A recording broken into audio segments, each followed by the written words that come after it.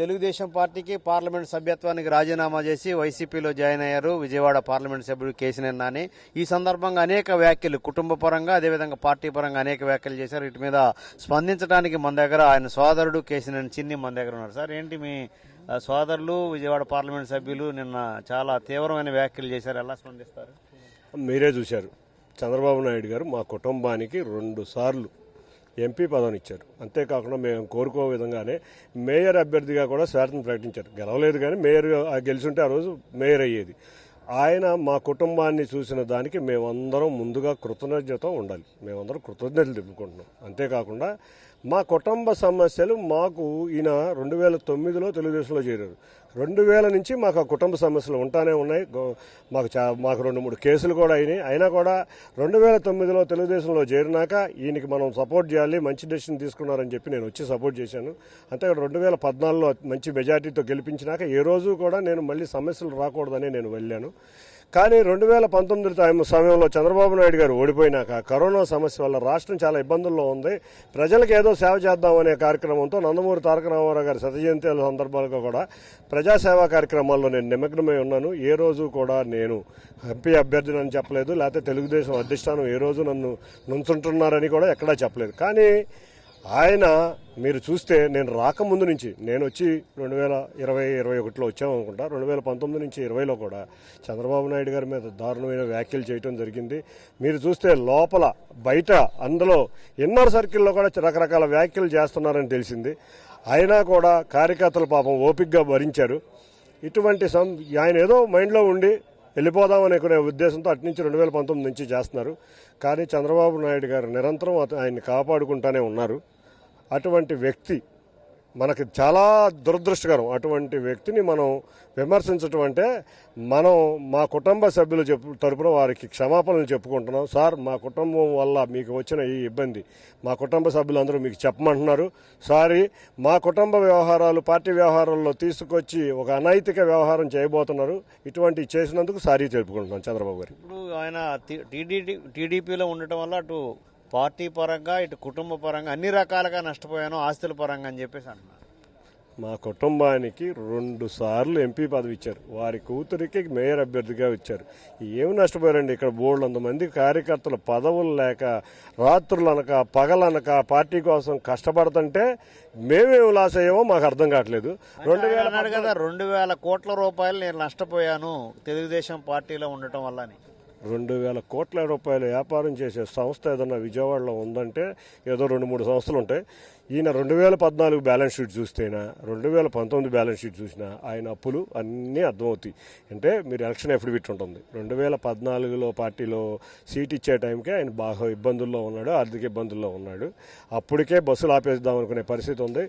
వచ్చిన సంవత్సరంకే బస్సులు ఎక్కడికక్కడ ఫైనాన్సర్లు సీజ్ చేయటం వల్ల ఎక్కడికక్కడ ఆగిపోతున్నాయి. కాబట్టి ఆ ఒక వంక తీసుకుని తోటి ఆపరేటర్లు బస్సులు తిప్పకూడదు, వాళ్ళ కేసులు రాయాలని ట్రాన్స్పోర్ట్ కమిషనర్ కోరిన పిదప వారు నిరాకరించిన సందర్భంగా, అంటే ఒక ట్రేడును చంపేయాలని అనుకున్నారు ఆయన. ఆ నిరాకరించిన సందర్భంగా బస్సులు ఆపి ఆ నిందను వేరే వాళ్ళ మీద తోసి పబ్బం గడుపుకుంటున్నాడు ఇన్ని రోజులు. నేను చూపిస్తా, రికార్డులతో సహా ఉంది. ఏ రోజు ఏ బస్సు సీజ్ అయినవి అన్నీ ఉన్నాయి. ఈ వస్తే ఆయన పరువే పోద్ది. నేను నా కుటుంబ పరువును తీయటం నాకు ఇష్టం లేదు. ఇంతకు మించి నేనైతే ఇప్పుడైతే ఏమి చెప్పలేదు. కుటుంబ సభ్యుల మధ్య కూడా గొడవ పెట్టారు, కుటుంబ సభ్యులు చీలిపోయే విధంగా తయారు చేశారని వ్యాఖ్యానించారు. చెప్పాగా సార్, మా గొడవలు ఇప్పుడు కాదు ఎప్పటి నుంచో అని. అసలు అందుకు కూడా చెప్తున్నా, 2019లో నేను రాకముందు నుంచే చంద్రబాబు నాయుడు గారిని విమర్శిస్తున్నారు ఆయన. మీరు తెలుసు, మిమ్మల్ని కూడా విమర్శించారు జర్నలిస్ట్ సోదరులని. చూస్తే పాపం నందిగామ ప్రాంతంలో మీ శాలరీలు ఎంత ఉంటాయో తెలియదు. నందిగామ ప్రాంతంకి వెళ్ళి పాపం వాళ్ళు అర్ధరాత్రి అనక అపరాత్రి అనక మీరు న్యూస్లు తీసుకుని మీడియాను పట్టుకుని బిర్యానీ పొట్లాలకు న్యూస్లు రాస్తున్నారనే విమర్శలు చేశారు. ఆయన విమర్శన చేయని వ్యక్తి అంటూ ఎవ్వరూ ఉండరు. కాబట్టి ఆయన తత్వం అది. నేను స్ట్రైట్ అంటాడు. ఏంటి స్ట్రైట్ మాకు అర్థం కాదు. అందరినీ ఆఫ్ ది రికార్డ్ విమర్శలు చేయటం, ఎవరిని కూడా పచ్చగా చూడలేకపోవడం ఆయన యొక్క నైజం. ఆయనకు అన్ని రకాల పదవులు అన్ని రకాల అనుభవించారు. అనుభవించకముందు చెప్పాలి కదా, నేను ఆర్థికంగా నష్టపోయాను, లేకపోతే నాకు పదవులు లేవో, లేకపోతే ఇంకోటి లేవో అని. 2019లో పదవి వచ్చినాకే ఆయన విమర్శించడం మొదలుపెట్టింది. నేను విజయవాడకి నేనే అధిపతిని, నేను మోనార్క్ని. ఇది ప్రజాస్వామ్యం, నువ్వు హిట్లరు కాదు.